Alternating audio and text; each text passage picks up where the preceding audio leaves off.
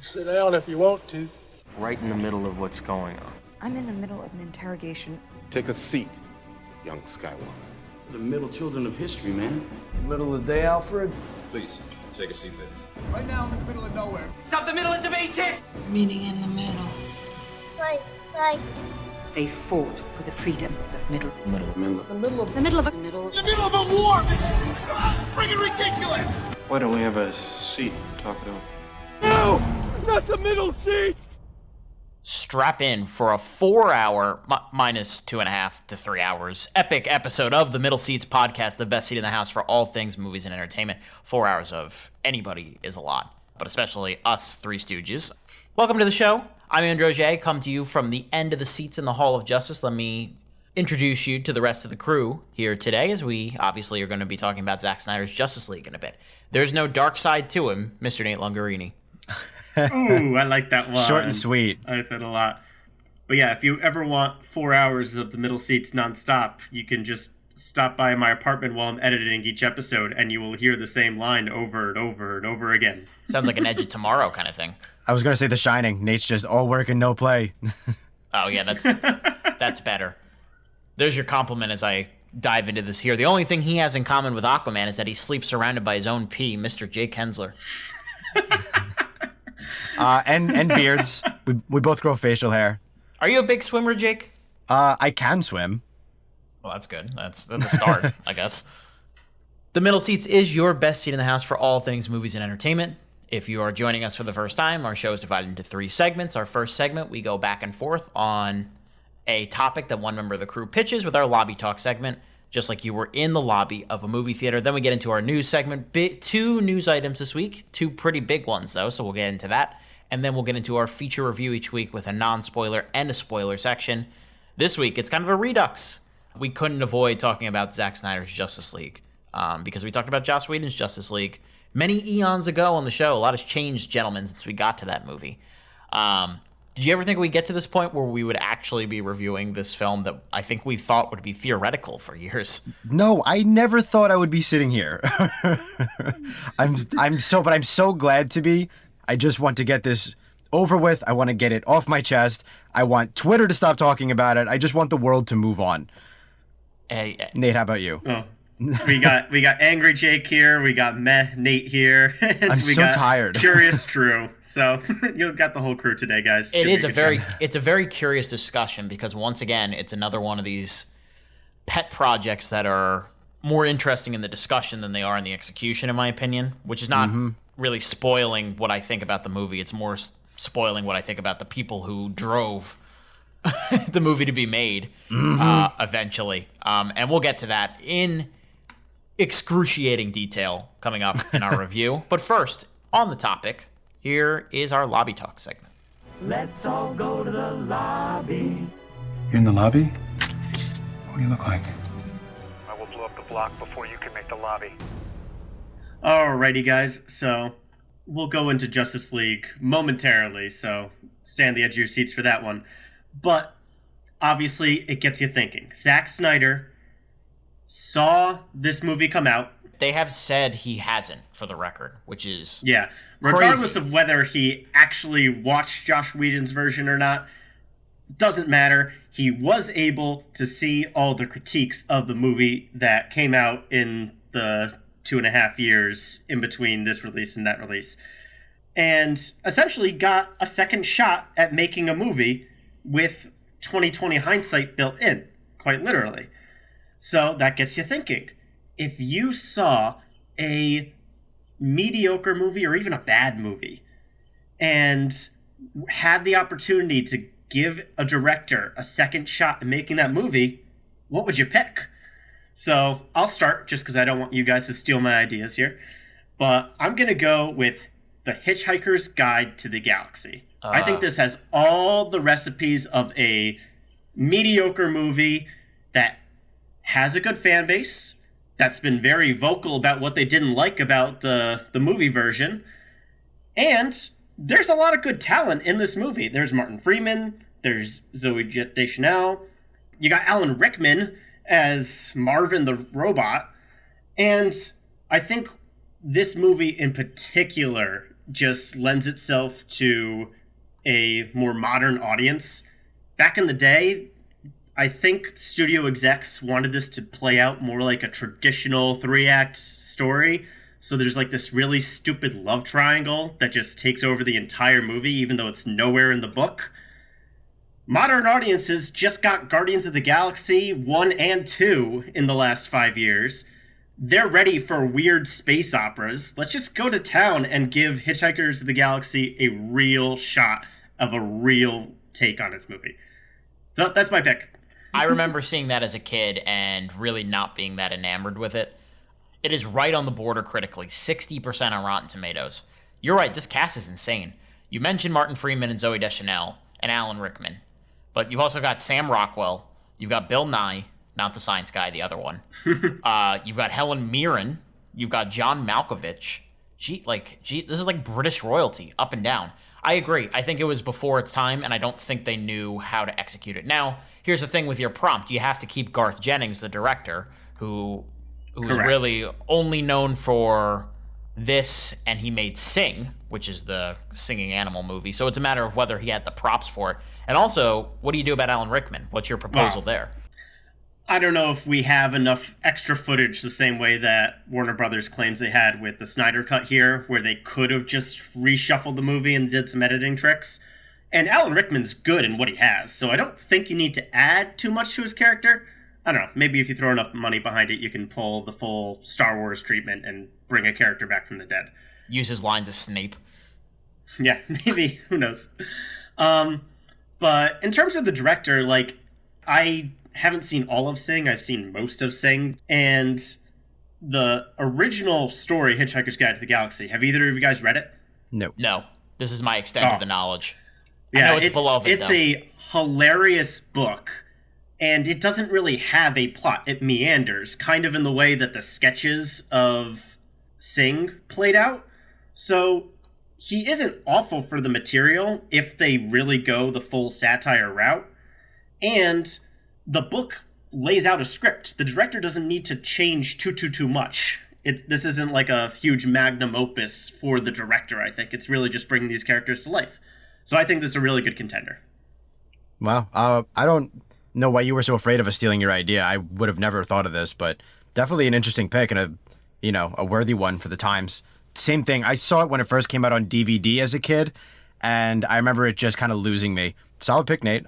You made a great case for it from the little bit that I remember. I definitely think we're more ready for it than we were in 2005, and I think that has to... Can I go next? Because I think that actually translates well to what I'm trying to do. Let's hear it. The thought process behind this when Nate pitched it for me was I really just went to my list of every movie that I've ever seen, which, as I'm sure we all do.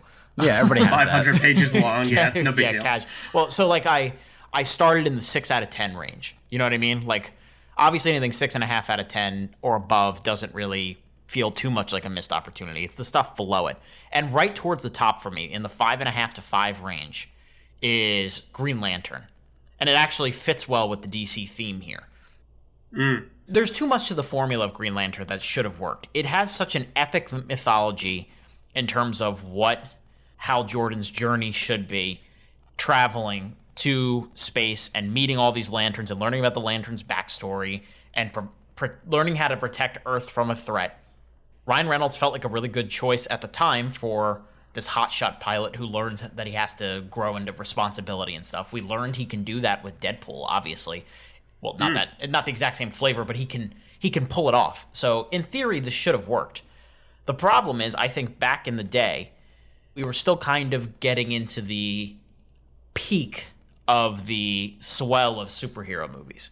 So think about movies like Infinity War and Endgame and stuff like that. These are these dense sci-fi epics that just weren't being made really back then. This was the year of Thor and Captain America and X-Men First Class, where we were just starting to experiment with the superhero formula. I don't think Warner Brothers or director Martin Campbell, who has made a lot of great movies, by the way, he made 2 of the best James Bond movies with GoldenEye and Casino Royale, so clearly he knows what he's doing in terms of a big budget blockbuster. I just don't think they knew how to make a movie with this kind of scope and scale and this kind of effects budget yet. And what you end up getting is this really lame like Spider-Man romance ripoff that ignores all the space stuff. Remake the movie and tweak it. You can keep Martin Campbell because he obviously has a good eye for action. You'll have to figure out what you want to do with the villain and stuff like that, because that might still be a problem. But you can only make it better so much. You know what I mean? Just expand the mythology. Spend more time in space. Polish up the effects a little bit if you can. God help us, please. That mask is atrocious. Yes. Go back to a practical mask. That's got to be Ryan Reynolds' biggest regret to this day, right? Because he got retconned with the Deadpool stuff, but Green Lantern really had a shot to work and just fell flat on its face. He tweeted about it recently, and it felt kind of out of character for him. He had a reason for watching it. I don't remember what it was, but it was connection to the Snyder Cut, I think. Maybe he watched it for the first time. Yeah, and to promote his new liquor, tequila, I think, or something like that. Whatever. Yeah, liquor. And I remember him. He tweeted something like, "Oh, it wasn't all that bad, and it was especially good for all the people who worked really hard." And I was like, "Oh, okay, that's nice." He met his wife, so that's that. Like, yeah, okay. Yeah, I don't think that's his biggest regret anymore. Right. Yeah. Professional regret. It could be X-Men Origins. But even he got that retcon, so it can't be anymore, right? Like, well, yeah. So you can argue that he was the first to get a second chance, even before Snyder and the Snyderverse came along here. Yeah. Yeah. I just think the ingredients are there. Mark Strong was great as Sinestro, who would eventually be set up to be like a big villain. He gives a really stirring performance in a movie that does not care about him. There are pieces there that you could find a way to make it work, and it just didn't in 2011. It could maybe in 2021. Yeah, 10 years later. How about that? That's already 10 years. Wow. Yeah, I know. My brain doesn't work like that. I hear 10 years and I think like 2005. I don't think 2011, 10 years. Yeah. All right, Jake, what's your pick? So honestly, when Nate pitched this, the first thing that came to my head was Tenet. But I'm like, we've talked enough about Tenet. I'd like to see Nolan give that another shot, a better, more coherent shot. But the one that I really think kind of fits, like Andrew was saying, the 6 out of 10 kind of mold that I'd like to see him get more creative freedom is M. Night Shyamalan's with Glass. Because I liked Unbreakable, I liked Split, and I really wanted to like Glass. But it kind of felt like maybe the studio forced him to keep most of the plot at the hospital, and then he just bum rushed the ending with all kinds of different endings. I only watched it once, and I was pretty disappointed and underwhelmed. But I still think there's a really cool story there. He's got this unique take on superheroes and whether they do or don't exist. And I would really like to see him get more money and actually flesh that out and get more creative control and freedom and put together this, kind of all of a sudden superhero tale where there's unique villains with James McAvoy and unique heroes with Bruce Willis and the mastermind of Samuel L. Jackson, and, have them all work, but in different ways, not just being confined to a hospital where we hardly see them get to do anything. And then have a more concrete ending as well. I feel like there's a really good story there. And he was on the upswing with The Visit was okay, and Split was actually good. And I was really hoping this would be his moment, coming back to the Unbreakable world. And it didn't quite cut it, but I think that would be really interesting, getting his freedom and, total control over that story, the way his mind probably wants to tell it. Well, that has a lot of wasted potential. Yeah. I interpret what happened there different. I actually think he had almost too much control. Because I can totally see him. That's what I was Oh, going to say. really? Yeah. Yeah. Oh, yeah. I think they didn't touch his script at all, and that was a bad thing. He can go back and tweak it, and I think this is a good candidate for it. But I think the problem here is that they just kind of let him do what he wants, and he tried to write like a overly scripted Tarantino superhero movie as opposed to actually building to an interesting action-oriented superhero movie like he should have. Yeah. I kind of thought it was maybe studio, they'd be like, hey, we're going to save a little bit of money and confine this to one or, only a few sets. Maybe you're right. I don't think money was the issue. I think Split got a pretty good budget, didn't it? It didn't really need it. Well, no, I got it up here. Glass's budget was only 20 mil. So if you can up that even to 50 mil, you know what I mean? Yeah. That's a $20 million budget. How much of that goes to Bruce Willis, Samuel L. Jackson, and James McAvoy? So, yeah. Right. Yeah. But going back to what you were just saying there, Drew, about I think Shyamalan's the problem, I'd be curious to see if he was offered a second chance, how much advantage he would be able to take from it, because he doesn't strike me as the type of person who takes criticism too well. And I could just be me making assumptions. But no, there's a whole book written about that. Actually. Exactly right. So, there you go. And this would be the first example out of the three of us here that the director is the source material. Mm-hmm. Unbreakable and Split is his stuff. Yeah. He doesn't have a Green Lantern comic book to go back to. He doesn't have a best-selling book to write a script off of like Hitchhikers is.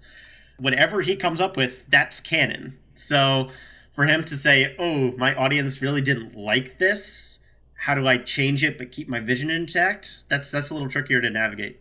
Yeah, I'm sure. I feel like you can kind of see where the problems lie. Like, you have three really great characters. And one of them dies in a puddle. And the story just kind of doesn't go anywhere. I think Unbreakable is such a unique take. I think Split ends up being more unique than I thought it would be. And I was just really hoping for Glass to hammer it home, and it didn't. So I always kind of thought, like, if he could kind of go back to the drawing board and be like, all right, I got a 60 out of 100, and I'm getting, a chance to retake the test to get at least an 80. Like, how can I do this? I think he's often the problem, because he goes, like, really high with, like, Sixth Sense, and then really low with, like, The Happening and whatever. I don't remember what that Will Smith movie was, something Earth, but... After Earth. That's what it was, After Earth. So, like, I know he is often the problem, but I feel like he really was onto something there with his kind of random superhero trilogy that he decided to come back to 10 years later. And I would have liked to see that make more sense in that, given a second shot, because it was so unique compared to what we usually get. For half a second, I considered The Last Airbender, but then I thought about his lack of self-reflexivity throughout his career and was like, never mind. That's the thing. If you have to keep the director Last Airbenders out, you need somebody who's just going to redo that movie better. I think out of his movies, Glass is probably the best candidate for this, because it probably only requires smaller tweaks. You can expand on certain things, but like you can't fix The Happening. You can't fix Lady Some in of the these Water. things are just bad concepts. Like, what do you do? Well, like Lady in the Water was the one, that book I referenced earlier. There's a great book where he basically, I guess, like, they tried to give him studio notes on Lady in the Water, and he like had like a hysterical crying breakdown in front of like executives because they wouldn't let him do his vision, and then his vision was what happened, and maybe he should have taken some notes. And they were kind of like, told you so. But yeah, this is a good one, Nate. Yeah, cool stuff. I'm glad you enjoyed. That'll do it for Lobby Talk. Let's move into our news segment. And this just in, a Newsbreak special report. This is breaking news. I've just been handed an urgent and horrifying news story. So, gentlemen, we're all eligible for a vaccine. Isn't that exciting? Indeed. It's pretty cool. We can sign up for appointments at some point. What I'm trying to get to here is that hopefully we're getting to the end of these stories where I have to talk about movies being moved or moved out of theaters. I feel like the door's kind of been kicked open with this, as we've talked about many times. But Disney announced a lot of changes to release dates and release formats. A couple of them have us fired up as a term that I would use. The big one is Black Widow has been now moved for the third time. It originally was going to come out in May 2020 for obvious reasons. They moved it to November of 2020. It took Eternal spots. Then they moved it again to May of this year. But now they're not even wasting any more time. I think this is going to be the last time that they move it. July 9th, it is now going to come out. And the reason I think it's going to be the last time is because they have finally conceded that they're going to put this on Disney Premier Access as well. So for those of you who don't want to go see Black Widow in theaters, $30 to watch at home. That's a whole topic on its own. They announced they're going to do the same thing with Cruella, which they're not moving the release date for. That comes out in late May. In my opinion, that's writing on the wall about quality. They want to move the good movies, but maybe not move the other ones, but maybe I'm just reading into it too much. Here's the big one that gets me, and I'll rant. We'll do a general talk, and then I'll rant. Luca, which is the new Pixar movie. We talked about the trailer, I believe, last episode or 2 episodes ago. Pretty recently, we talked about the trailer for Luca. The new Pixar movie, it is going straight to Disney+, but it is not getting the $30 premium treatment, and there is no option to go see it in theaters. So you can get it for free if you have Disney+. It is the exact same treatment they gave Soul, not a treatment they gave to Mulan or Raya and the Last Dragon. It's only Pixar movies they're doing with this. So these are 3 major summer releases that Disney is playing around with. They moved a couple of other things around, like The King's Man moved all the way to the end of the year again. I don't know if that movie even exists at this point. I saw a poster for that in the theaters the other day, and I was like, that was in our box office draft almost a year ago. Yeah. Good Lord. Womp womp. We only got 1 trailer for that, right? 1 or 2. I mean, again, if you go by my theory, which is that if you move it, you have more faith in it in terms of, making money. I guess it's a good sign. Yeah, you hope. But let's talk about the big 3 here. Black Widow, Cruella, and Luca. Jake, what are your initial reactions, I guess, just in general to these changes? Does it make you less excited to see Black Widow? Probably not at this point, right? No, that's one. There are some movies that I, will go to the theaters for, even if they're available to me at home, and Black Widow is one of them. That is going to need a theater experience for me. Cruella, maybe not. Cruella, maybe I won't see in theaters. Maybe I'll wait for that one. But my thing with Luca is, if you're worried that it's not, like, if I'm a Disney executive and I think it's not good enough to be the $30, right? Yeah. I'm worried that it's not good enough for the $30. Why not, like, why does it have to be, like, all or nothing? Why not make it a $9.99? I don't, like, it's a good, like, free is, like, free seems a little unnecessary. Like, I mean, I'm all for free content, but that seems unnecessary for a brand new movie. And I was saying this about UFC cards recently. There's some UFC events that are totally free. And then there were some cards where, like, if there's a title fight on the line, they're going to make you pay for it. But there was one back in February where the only good fight of the 5 that you have to pay for was the last one. So I'm like, why make it 70? Why not make it 30? Like, why does it have to be all or nothing? I feel like this is the same here. If you're Doesn't worried it feel that like basic economics, right? Like, yeah, like if you're worried people won't pay cheaper. the 30, you're just going to give it for free anyway? Why not find a middle ground? I don't know. If you're going to put it on Disney Plus for free, and Nate, I'll let you jump in a second because once I get started, I'm going to keep going. Yeah, he's got stuff on his chest here. Yeah, he's fidgeting.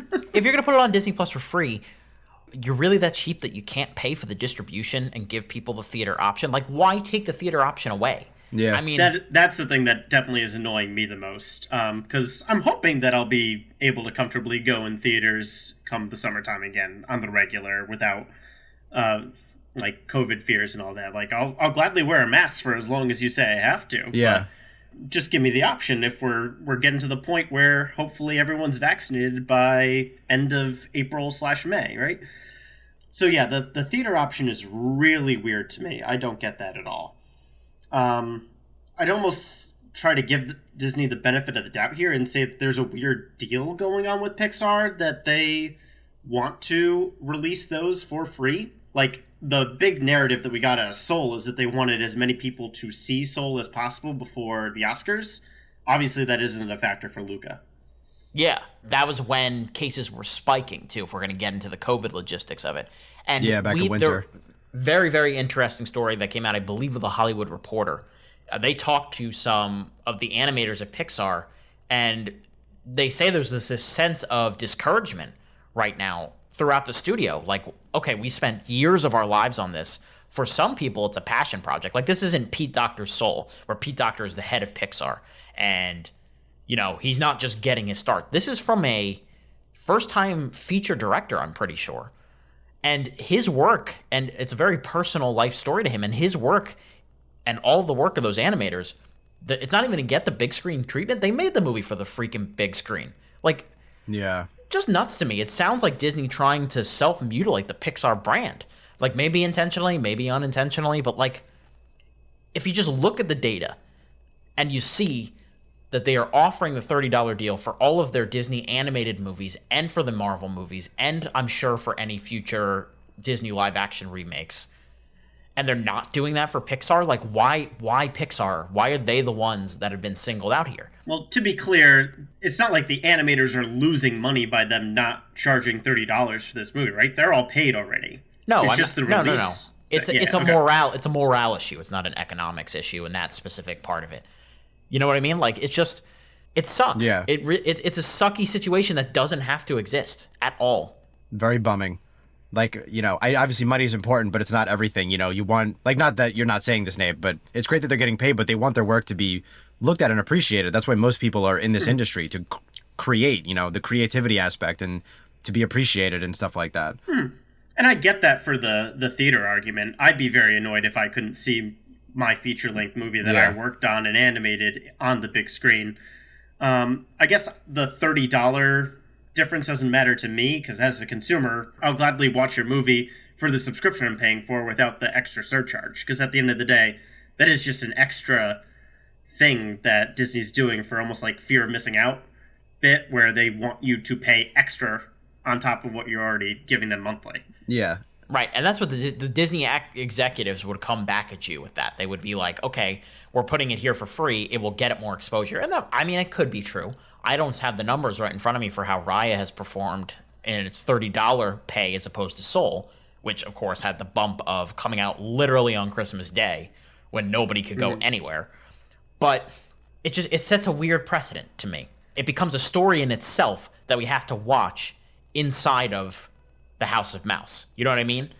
If I'm Pixar, am I just going along with this? Is Pete Docter complicit with this decision? Or is this being made way out of his range? And will there be a break between Pixar and Disney? That's way down the line. That's very speculatory. But yeah, very. We could be reading way too much into this just all based on the Hollywood Reporter notes, you know? I mean, but that's what we do, you know? Yes. That's the fun part, Drew. I'm not saying we shouldn't do that. Let's go all in. It sounds like, we want people to pay for Raya and Black Widow, but Luca, like, it almost sounds like Disney's like, you know what? This one just doesn't seem as good. It's not getting the hype. We're not going to make people pay for it. Like, it could feel a little personal toward the animators and that director, I guess.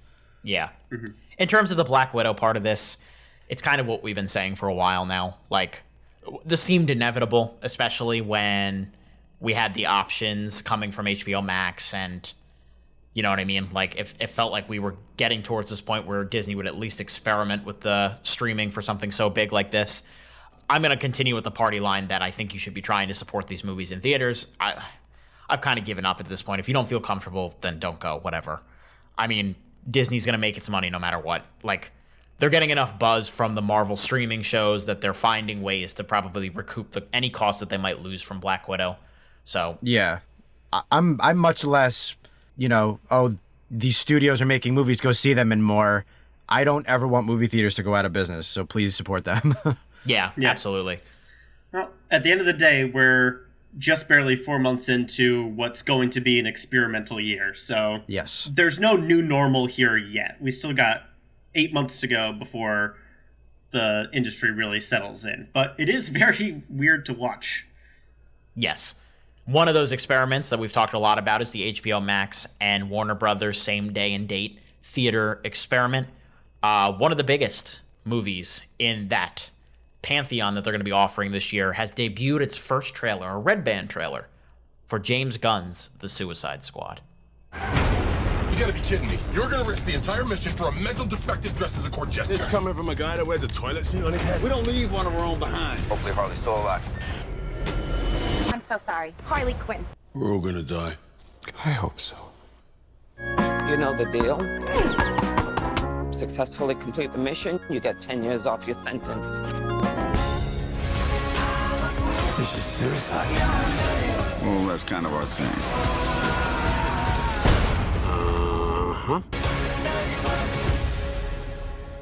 The Suicide Squad, like I said, written and directed by James Gunn. It is due in theaters and on HBO Max on August 6th. We're talking about kind of a redo of a topic like we were talking about earlier.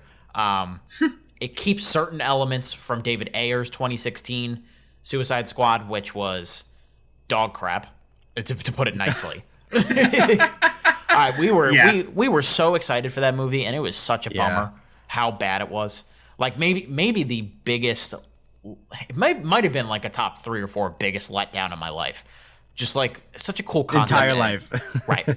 But only a handful of movies have ever used Bohemian Rhapsody in their trailer. Yeah. And that one just shamed me to no end. It's ironic because it feels like that they were trying to kind of copy the Guardians of the Galaxy style that James Gunn cultivated in the first 2 movies. And now he comes aboard to make his own version of the Suicide Squad, which will be unadulterated, rated R. This is a very electric trailer. Margot Robbie, Joel Kinnaman, Viola Davis, and Jai Courtney, I believe, are the only connecting pieces from David Ayer's movie. Margot Robbie's back as Harley Quinn. Jai Courtney's back as Captain Boomerang. Joel Kinnaman is Rick Flag. Viola Davis is Amanda Waller.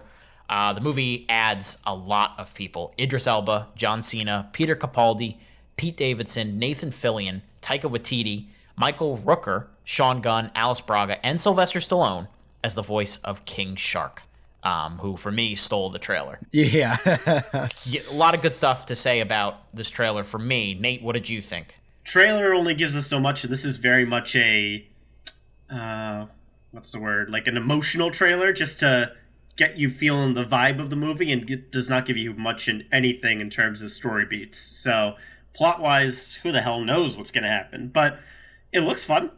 It is very Guardians of the Galaxy X. It's very James Gunn-esque. They're throwing his name on all the branding, so he's clearly becoming more of a name in the superhero world here, even though he's switching sides, quote-unquote, to DC over here for a minute. Yeah, briefly. They have a huge cast for this, but I don't know if it counts as spoilery, but there's just no chance that Pete Davidson and Nathan Fillion last long in this movie, right? They show up for like 2 shots and then they're just gone. Like $20 says that they're gonna die in the first 20 minutes. I'd say the same thing about Jai Courtney too, to be honest. If we're talking about returning characters have a short life, he has like 2 shots in the trailer. Yeah, but again, that's us reading into what is essentially a vibes trailer, like you said. But yeah, I wouldn't disagree with that assessment, especially since it's literally called the Suicide Squad. Yeah, and the Weasel character looks so off. I don't like how he looks at all. I think that might be the point, but it's still just like somebody went to a Halloween store, just grabbed the weirdest mask they could, and CGI'd it on this guy's head. It looks bizarre. By the way, his name is literally Weasel, so you can just say Weasel. Oh, well, there you go. Nate didn't want to insult him, but... Well, anyway, I'm very excited for John Cena. He looks like a lot of fun. Polka Dot Man's going to be ridiculous. This is the second time the character's appeared since the Lego Batman movie. So the memes are really coming alive in the last decade here. I really hope Condiment King makes an appearance. That would be cool. I'd be into that. Note on John Cena's character, Peacemaker, who they describe as a douchey Captain America. Basically wears a toilet bowl on his head. He's getting a spin-off series that will premiere early next year. So Jesus, already? Yeah. What if people don't like him? Confident in it. I'd be surprised. But Jake, what do you think? Same thing. I think the trailer looks fun. Like Nate said, there's no hint at really what the plot's going to be. But that being said, Suicide Squad was such a mess and not really all that fun that I hope they can clear that up. You know, James Gunn is clearly talented. He got 2 really good Guardians of the Galaxy movies under his belt, and he clearly thrives well with wacky and unusual concepts, which this certainly fits the bill. So, yeah, basically ditto Nate, and I hope it's good. I don't often root against the movies, and I'm not going to root against James Gunn. So, yeah, I hope it's good, and if Marvel's not going to scrutinize him for switching sides, then cool. Hopefully we get an actually good DC movie. Well, they fired him, so they have no right. Yeah, I think he has every right. Yeah. But, I mean, they brought him back afterward, right? Right, but he told them, I have to finish this first, which is good. Yeah. I'm glad he held on to this because I think he is a very good voice he's an obvious choice to make this kind of movie.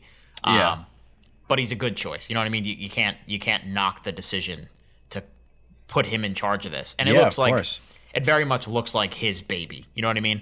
I have a quick premise in front of me because you guys are right. It doesn't give you a lot of hint, but it sounds like they're going to be going to a South American island to destroy this Nazi-era prison where experiments were conducted and such. And I think you can get that vibe from the giant Patrick Starfish at the end of the trailer, which... Oh my God. Oh, What the yeah. heck is that? Yeah, a lot of people freaking out about that. I think his name is Starro in the comics, and he is pretty much That's an actual thing? Yeah, and he's pretty much exactly what you expect. Yeah, he's the first villain to face the original Justice League of America. So they started off with a bang. Wait. I just had a moment. Like, doesn't Starro appear in like the Robot Chicken spoofs? Like, that's an actual superhero character? Oh, I'm sure. I'm sure this was kind of the kind of thing that, like, they never thought they were going to actually... Yep. Starro appears into the animated special Robot Chicken DC Comics Special 2, Villains in Paradise. Ugh. Good Lord. Ridiculous, but good for the vibe. Well, again, this is going to be a meme-y ass movie. Does Starro have a voice? Like, is it like a something that speaks, or is it just this giant monster walking around and destroying things? Oh, you're getting out of my expertise here. Okay, I hope they cast somebody brilliant to voice Starro, because that would just be the icing on the cake here. Well, here's my theory about that. Now that you just said it, I just put it together. We have no idea who Taika's playing. Like, come on. There it is. There it is, right? That's got to be it. You heard it here first, folks. We knew Taika and Stallone were in the movie. We didn't know who they were playing. It is very clear, 110% obvious that it's Stallone is the shark, which feels like a great Vin Diesel thing. But yeah, I mean, that makes sense. We're kind of speculating at this point. Not a lot of plot details here. We're having fun with it. More fun than the first movie did. Looks fun. Speaking of what will be a fun discusussion, but there it is. Fun is not the vibe of Zack Snyder's Justice League. As Not we head anywhere. into our review now. Can't even hold it while I'm trying to do the toss. I had a dream. I think there's an attack coming. This world will fall. I'm building an alliance to defend ourselves. If you can't bring down the charging bull, and don't wave the red cape at it. They said the age of heroes would never come again. It will. It has to. We live in a society. Isn't that right? Batman.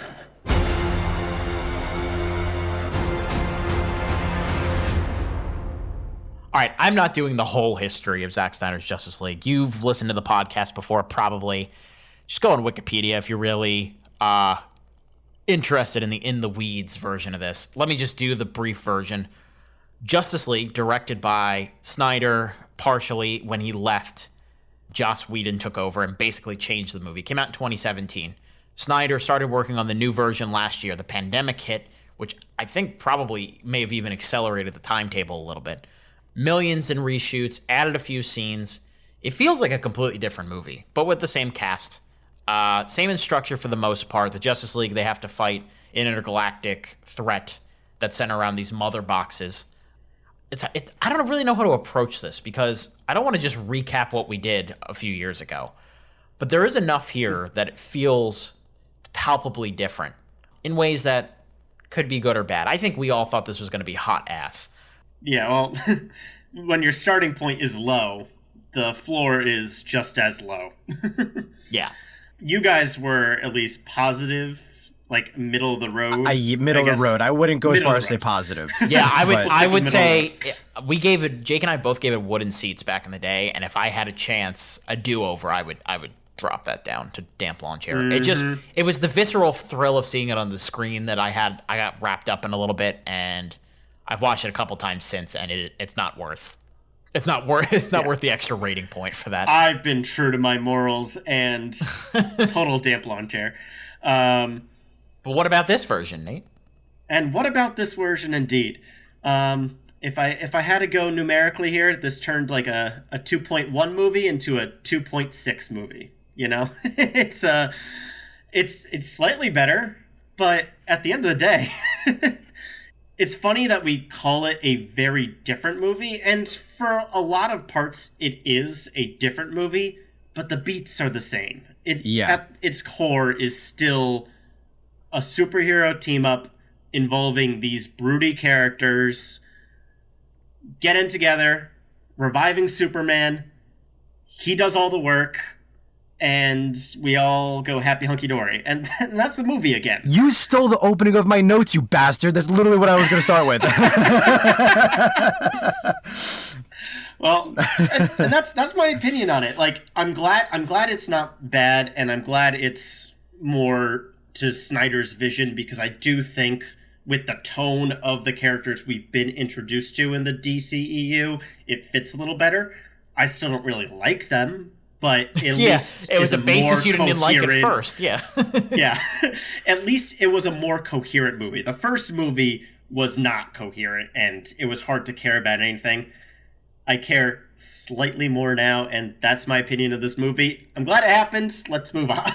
Yeah, it's like these movies in terms of their focuses in terms of structure are so on the opposite end of the spectrum. Like Joss Whedon's Justice League is startlingly short for a team up movie. It's 2 hours with credits, so it's like 152, and it feels incredibly rushed. It's also incredibly simple, which in its way it has its own charms in that specific aspect. Something I should have said off the top is that this movie is 4 hours long. It was ridiculous. Yeah. Is it now? 4 hours. I didn't notice. Yeah. He said sarcastically. They toyed with making it a mini-series, which people are kind of consuming it like a mini-series anyway. It's divided into 6 chapters, I believe. 6 chapters and an epilogue, which we'll kind of go chapter by chapter when we get into spoilers. Not in intense detail. But that's the big difference. And, you know, it allows for more development, but Jake, is that worth where we had to sit through this and kind of... No! Yeah, there you go. Just go. No, for me, when you guys say it's a different movie, I only sort of agree. The plot is almost exactly the same. You get a little bit more backstory, you get a more slow-mo, and it's just 4 hours long. It's not it's different, but it's not that different. It's like Nate said, it's a boring version of Batman recruiting some hesitant loners with special abilities when this CGI gray monster comes to Earth looking for magical boxes, and then they're like, uh-oh, we can't really do this on our own. Let's find Superman. And then roll credits. You get a little bit more for Flash, you get a little bit more from Cyborg, and then you get like 50% more slow-mo, and then it's 4 hours long. And it's not that different. I think we made the same joke in our 300 freeze frame way back when, but I think if you made all the slow-mo scenes normal speed, this movie is only 2.5 hours. Like the beginning is like 15 minutes of slow-mo Superman screams. Yeah, scenes from the end of Batman v Superman too. Yeah, move on. Yes.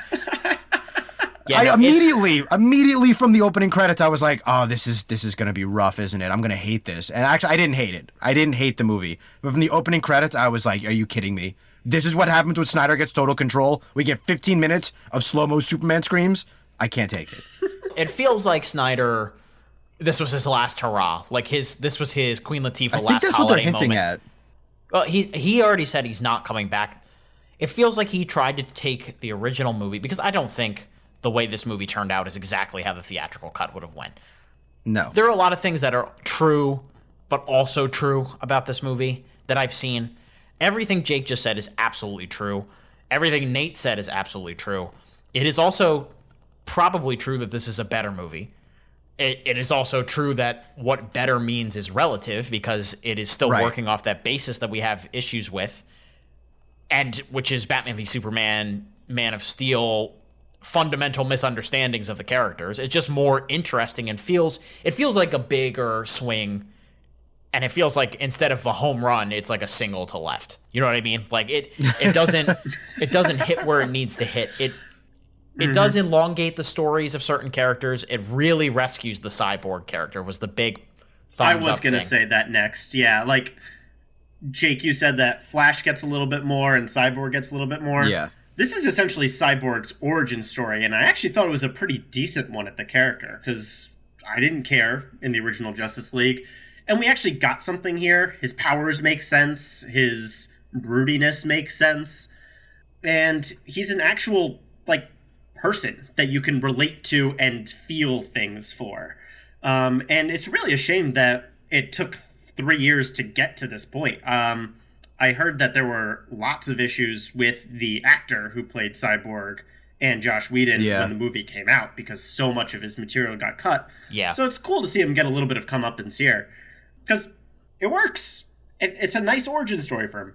Yeah, that's the thing. It's his origin story, but the way things went at Warner Brothers, I wouldn't be surprised if he never plays Cyborg again. So it's kind of one of those like, and even then, like, so my friend Justin liked it. So we've been having a little bit back and forth. He liked it certainly more than I did. In my opinion, I was saying, in general sense, unless your character's complete trash, is it better to flesh out a character or not to flesh out? It's better to flesh out almost every single time. So by definition, I guess this movie's an improvement because we get more time with characters. But I don't even know that these are like better scenes. They're just more scenes. Like that is a really good line. I guess I care about Cyborg a little bit, but none of those scenes were compelling. None of these scenes made me go like, oh, wow. Like, his broodiness makes sense, but Aquaman's also broody. Batman's also broody. Wonder Woman isn't exactly all that interesting except for the one time where she's like, yes, you can be me when you get older to the little girl in the beginning. Superman still doesn't smile. Yeah, like, I'm like, it makes sense, but it's still all the same. Yeah. The couple of little things that perked me up that we'll talk about in spoilers, but generally this was 4 hours of me going, all right, and? Like, okay, and what? I can literally see you doing that in front of the TV. Yeah, 4 hours. I was like, all right. Arms up. So? Move on. I'm going to propose something to both of you because I think, Jake, that's a really good point. There are more scenes. They're not necessarily great scenes. Like, yes, I agree that Cyborg's character was deepened, but like nobody else really has an arc, it feels like. Like Batman, Wonder Woman, Aquaman, they don't even really bother to do anything with their characters per se because there's just so much plot to get through. Cyborg and Flash fare a bit better, but like, what is Flash's arc? Yeah, he's still a guy with daddy issues. We just get a little bit more scene showing us that. Like, here's my question. This is 4 hours. There is no way in hell this version would have made it to theaters. Is there a version? Because I can see where this is going, and none of us are giving this movie a plush recliner. Where we go from there is to be discussed in a moment. But is there a version of this movie that is 3 hours that's a plush recliner? I don't know. No.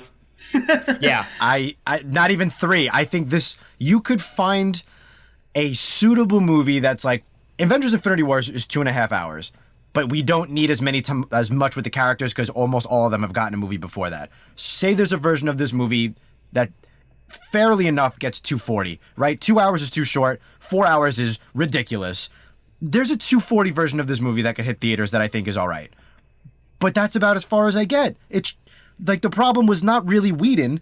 I don't even know that the problem's Snyder. The problem is just there's a big problem. It's the Justice League's not that good. you can remake this movie as many times as you want. It is still third in this universe that has had one solo origin movie and then a team-up movie immediately after with Batman v Superman. And then you had Wonder Woman ahead of time. So, okay, it's fourth. It was fourth in the line. Mm-hmm. So the way that this is structured, if this had come out in 2017, we still are not getting enough with Aquaman. We're still not getting enough with Flash. Oh my god, I forgot that Aquaman was introduced in this movie. That's insane. And this just goes back to the fundamental mishandling of the DCEU in them trying to rush what it took Marvel years to do. They kind of dug themselves a hole, so it didn't really matter what Justice League movie you get. You have an underdeveloped Aquaman because this is the first time we would have been meeting him 4 films into the DCEU. You have Batman, who's only really been in Batman v Superman, and they have to course correct his character because he was like a sociopathic killer in Batman v Superman. Yep. You got a little bit with Wonder Woman. You don't have to do really much with her. But Flash and Cyborg is the first time we see them. And then Superman, he is night and day from the Whedon version to this one. Like, he is back to the self-serious, really intense, brooding character that Batman is supposed to be, as opposed to they kind of lightened him up and made him more Christopher Reeves in the Joss Whedon version. And I missed that a little bit, although what they did with him here was cool. There was no version of this movie that would work because what came before it didn't work. It's just a matter of, like, would it have been passable? And I think this would have at least been more acceptable than what we got. Woohoo. Right. Like, so I got to tell you guys, and I won't even call it Whedon's version because I'm sure if he had a chance to do Justice League on his own, it would look different. I will say just the 2017 version. The 2017 version's best scene was cut from Snyder's version, where Flash is like, hey man, I know I joined the team, but I don't think this is for me. Those are demons and this is freaking me out. And Batman's like, all right, you don't got to fight them. Just save the hostages. Save one. And if you can do that, see how you feel. You know, that is a legitimately good scene. That is good team bonding and like an actual standout scene for me in a very mediocre movie. Why cut that? I miss things like that from this movie. And then, minor spoiler, if you will, but we have Wonder Woman saving some hostages at the beginning of this version, and she causes a catastrophic amount of damage and death. Yeah, way more damage than they would have caused with that bomb. At least the people survived. But like, So yeah, we're right back there, and yeah, human lives don't matter again. Whatever. Although at least they still had the final fight at a nuclear weight. We're teetering towards spoilers here, so I think we should move into our ratings. Yeah, might as well. Let's just get there. This is a really weird movie to talk about. Like, really strange, because we're talking about two movies at once, and we're talking about a lot of extracurricular activity that went into making this. Like, we haven't even gotten into how there's already a push to restore the Snyderverse, even though he says he's done. Like, well, the producers said he finished his trilogy and we're going to go elsewhere now, right?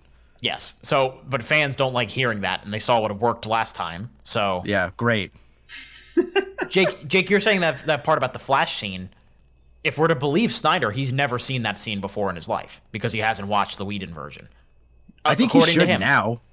I mean, what's the harm in watching it now? I get if you didn't. I guess I could almost rationale like, I don't want anything from his vision in my mind. I just want my mind and my vision. Zack Snyder went through a unspeakable tragedy with the passing of his daughter. I'm sure there was something therapeutic about this for him.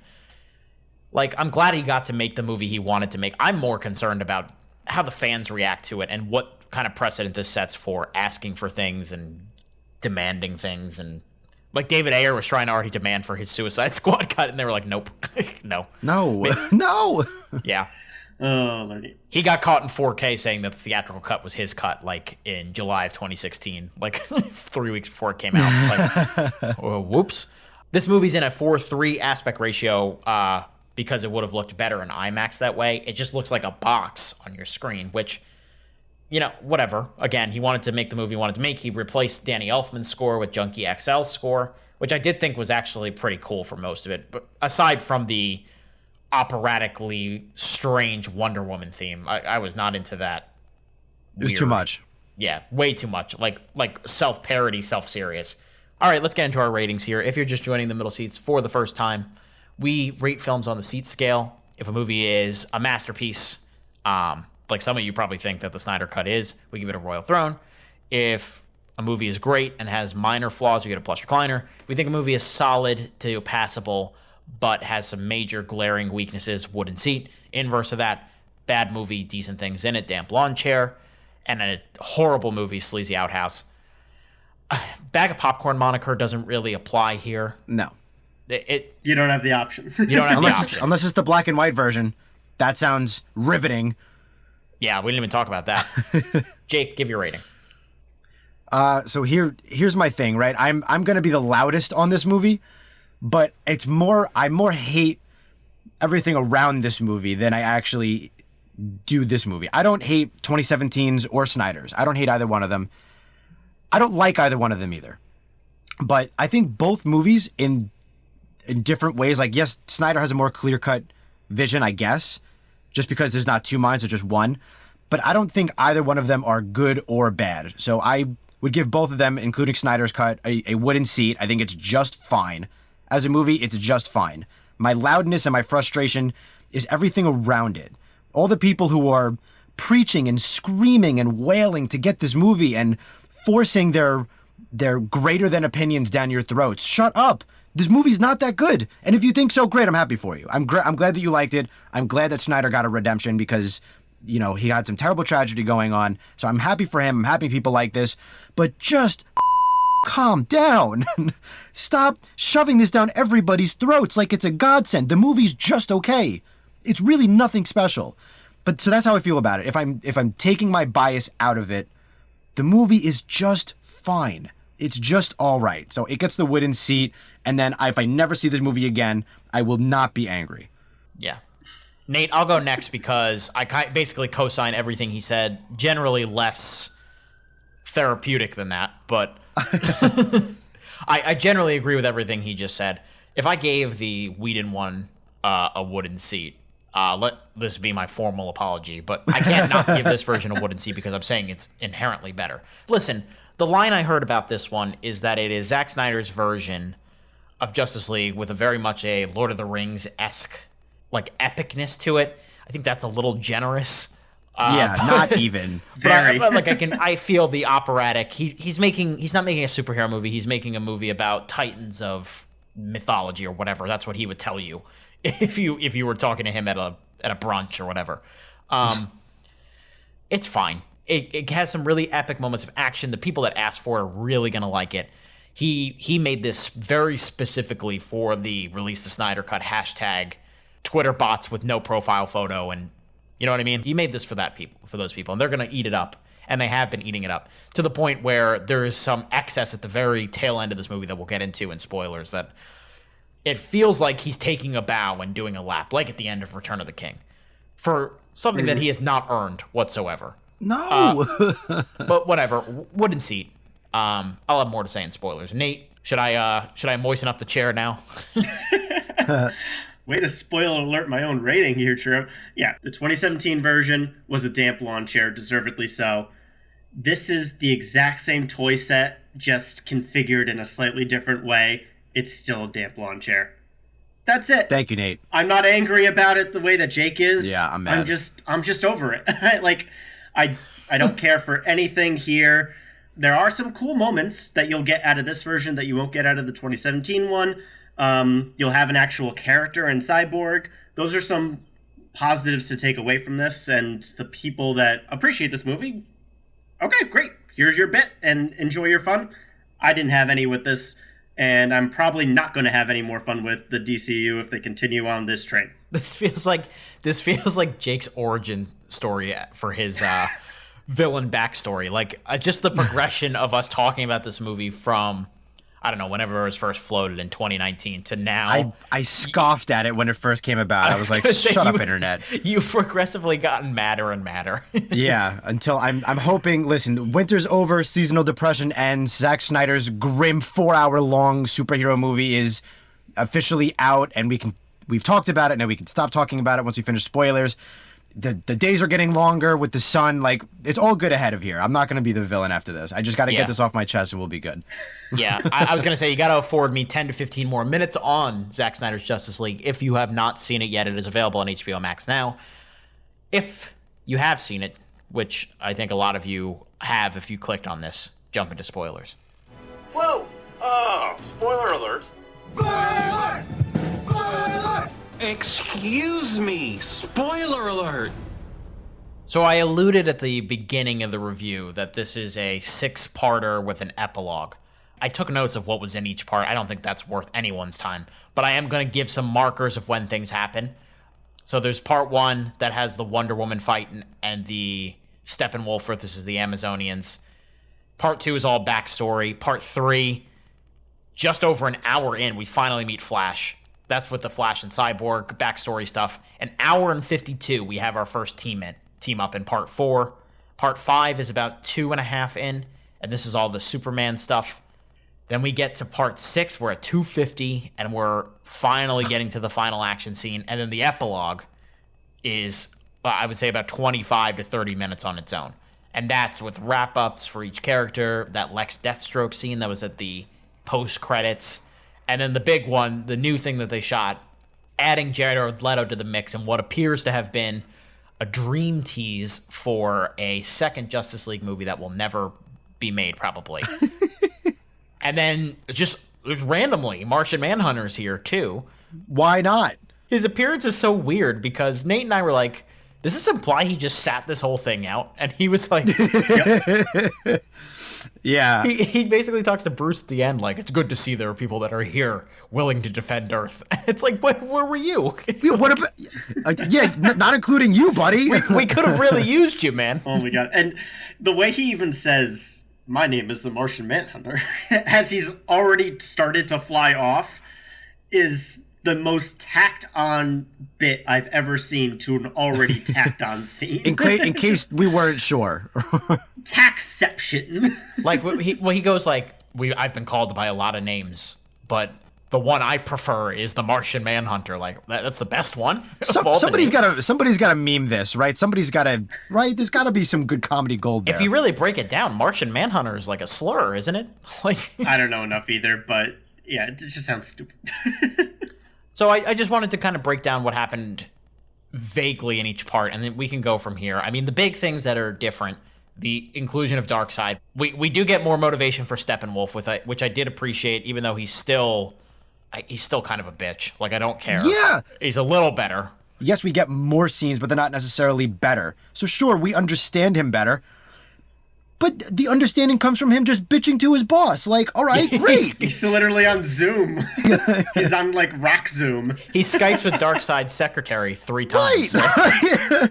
Right, and he's told he's not a good job, and then he gets all another broody character. Like, brilliant. Amazing. Riveting. Why don't you make your Darkseid point, Nate? Because I think I thought it was funny. Okay, yeah. This is the one thing that just makes no sense to me. And Steppenwolf, like, finds out that the anti-life equation is just sitting there on Earth. And he has to go back and report to Darkseid's secretary and be like, yo, guys, you'll never believe this, but I found the anti-life equation here on Earth and there's nobody to defend it. It's ours for the taking.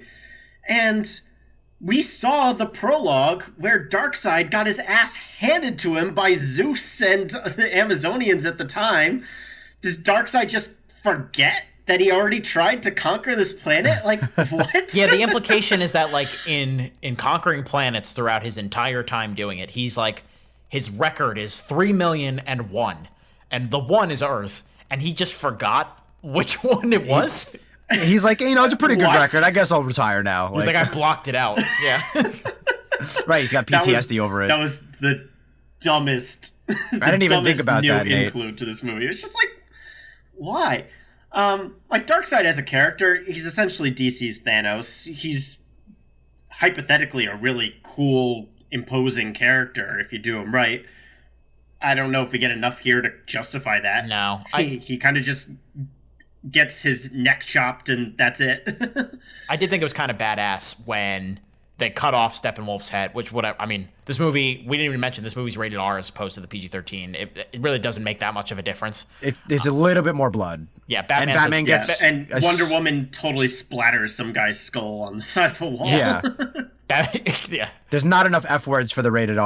I was like, all right, at least make use of it, make it cool. Like, it's like a hard PG-13. Yeah, pretty much. I would say that, like, The Dark Knight is a more intense movie. But I did think it was kind of badass when they decapitate Steppenwolf and Darkseid is just staring at them through the portal. And then they close it and he's like, we'll do it the old-fashioned way. That got me amped for a movie that will never come out. That was mildly cool. And I will say, the first time I perked up, like Andrew's, like an hour in, is that prologue with Darkseid where he's literally fighting Amazonians and Zeus and, like, all these other, like, badass warriors, like Atlanteans. I'm like, that was actually a cool battle scene. I'm glad I saw that. Well, I cannot say that for most other scenes. If you're going to follow the Lord of the Rings template, that should have started the movie. You know? Yeah. Like, you start with Instead, that. it was like an hour Fellowship. Yeah, right. Mm-hmm. Wildly out of place in terms of pacing. Yeah, Flash's running back in time scene was cool. Yes. Because, like, in the comics, the Flash is not just another Quicksilver-esque speedster. Like, he is stupidly powerful to the point where he can rewrite reality just on a whim and totally screw up the DC universe. So just seeing a little piece of that where, like, he reversed time enough for the mother box to hit at the right moment, and then the full-on going backwards and running towards Cyborg at the end in the big fight scene, those are 2 cool moments. Personally, aesthetically, I think there's way too much lightning in his shots where it's really hard to tell what's going on. I would prefer he did just the Quicksilver thing where I can see him doing the thing he's doing, but it works and it's stylistically different and unique, so I'll give it that much. Yeah, I really liked when he is kind of breaking the time barrier and you kind of see the ground materialize below him. I thought that was really dope. That was a really cool moment. I think both of my favorite action scenes in the movie are Flash moments. Like when he saves Iris, who is his love interest in theory, if we ever get to see Kiersey Clemons play her, again, with the slow-mo and the slow-motion sesame that goddamn of a sesame seed. Yeah, what the hell is that? Is this supposed to be a joke? Am I supposed to laugh at this? Is this like crap, Snyder trying to be self-aware? Because I'm just annoyed. Get that out of my face. That was a cool action moment, though, I would say. And then, of course, him running back in time I thought was really cool, too. Those are probably my 2 favorite action moments of the film. Jake, anything specific you want to bring up? I will never forgive DCEU for making Batman suck. Yeah. He's not cool or fun or interesting.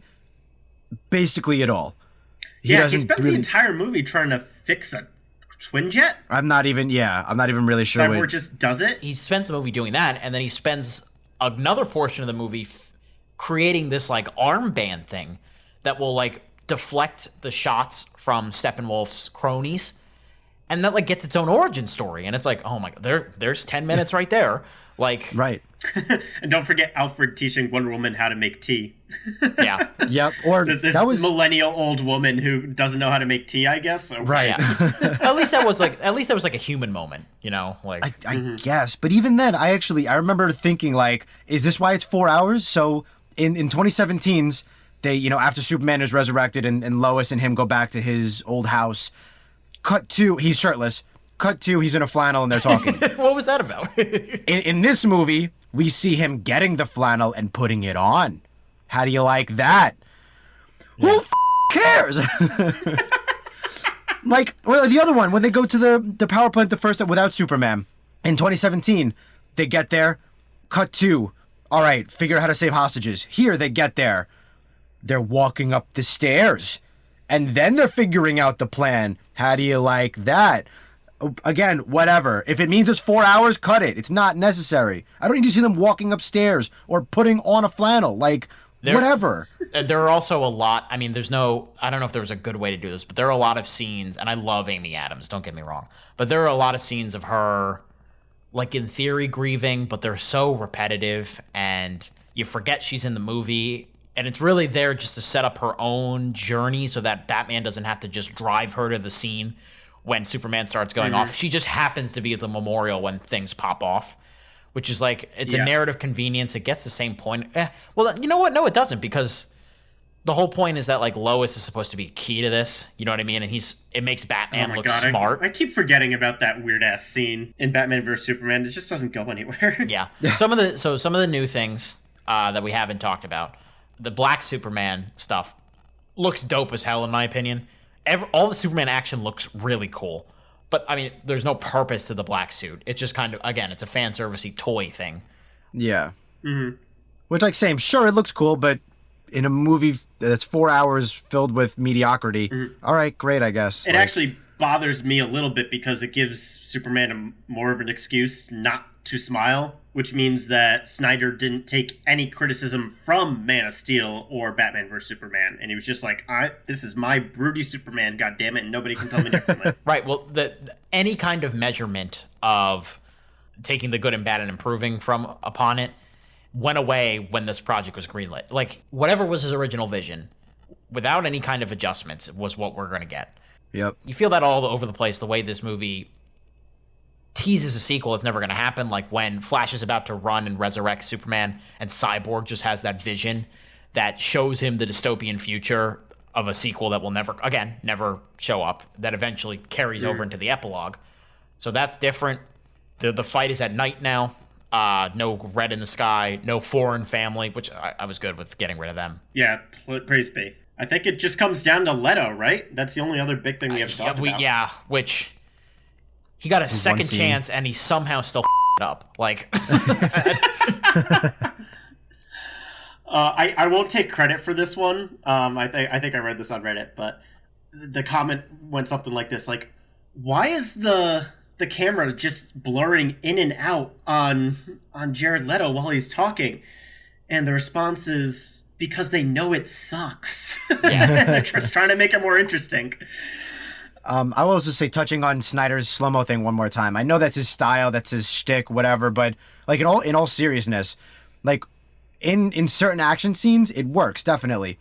When you try to make everything epic, it takes away from the actual epic moments. Like, we don't need to see the poppy seed, the Lois Lane putting down a coffee. In like, why is everything slow-mo? Relax. Yeah. And like, it's cool for a time and place. Stop putting it everywhere just because you like it. You're like a kid, like a child. It's so hard to do this, but not to make it a Marvel DC thing. Marvel is exceptionally good at making the big moments stand out in their action scenes. Mm-hmm. There's a sense of escalation to the big revolving shot in the Avengers, to that one take in the Avengers when they're flying around and stuff like that, to the big finishing move in Captain America: Civil War at the end. You're absolutely right, Jake. When what's the Incredibles line? When everyone's super, no one is. Yep. Insert Right. slow-mo. Exactly right. They took those Leto photos with him as Jesus for no reason. Just to build hype. They did it just to make me mad. I'm convinced. He's such a dork. Is he the worst person to ever win an Oscar? Probably not, but I think it all went to his head. Like, yeah, I've liked some of his performances before, but the more he gets involved with superhero stuff, the more insufferable he seems to become. He did a different version of the Joker and tried to basically copy Ledger, but like then he talks about giving Batman a reach around, and like Batman tells him he's gonna kill him, and it's like, what is the productive part of teaming up with him? That's not Batman. Yeah, no, it's not. Yeah, and then B, like we already talked about how Martian Manhunter seemed tacked on. That was the tack on of all tack on scenes there. Like, what was that? Like a good 10-15 minute scene of them just in the desert speaking very slowly and basically doing the Injustice storyline where Superman's evil. I guess they don't really go anywhere with it because, spoiler alert, there was no big master plan. Never was. They just said, this sounds cool. I would have loved to discuss with you guys in this theoretical world where this movie exists how they could have rationalized not just killing the Joker. Why is he along on this journey? Like, what does he offer? And in a world where Batman we've seen him kill people. Batman's cool with killing people in this world, which, again, was a problem from 2016. He still has the guns on the front of the car.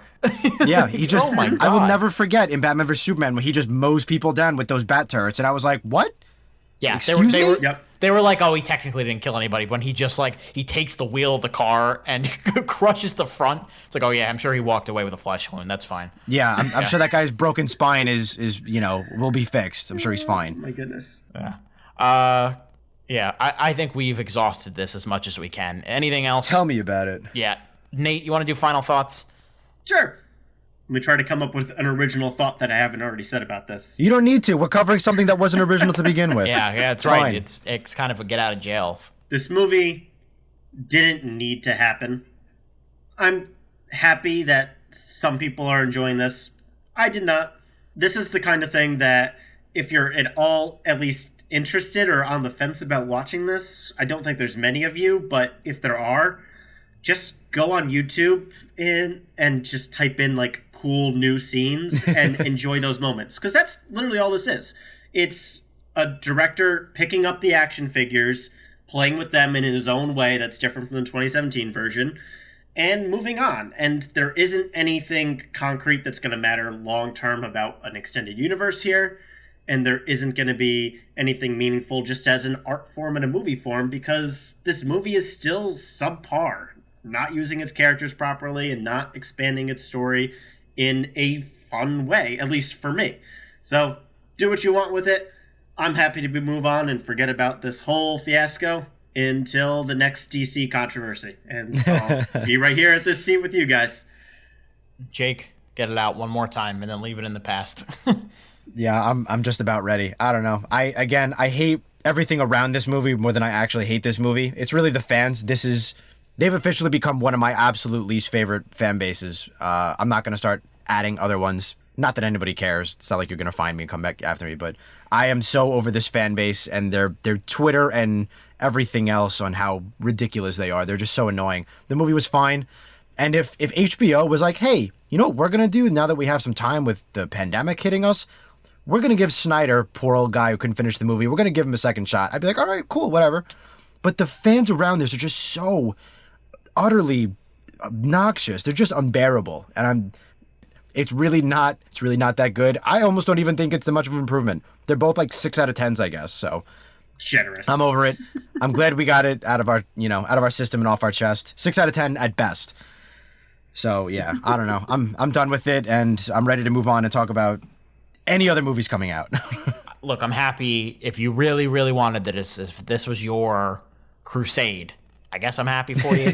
Like, I'm happy. I'm most happy for Snyder. Like, I don't have any ill will towards him as a filmmaker. He's made a lot of movies that I do enjoy. Like, I think his Watchmen director's cut is one of the best director's cut ever made. It completely nails what the theatrical version I still really like, but that version of Watchmen is really strong and does a great job of adapting a graphic novel that a lot of people thought was, impossible.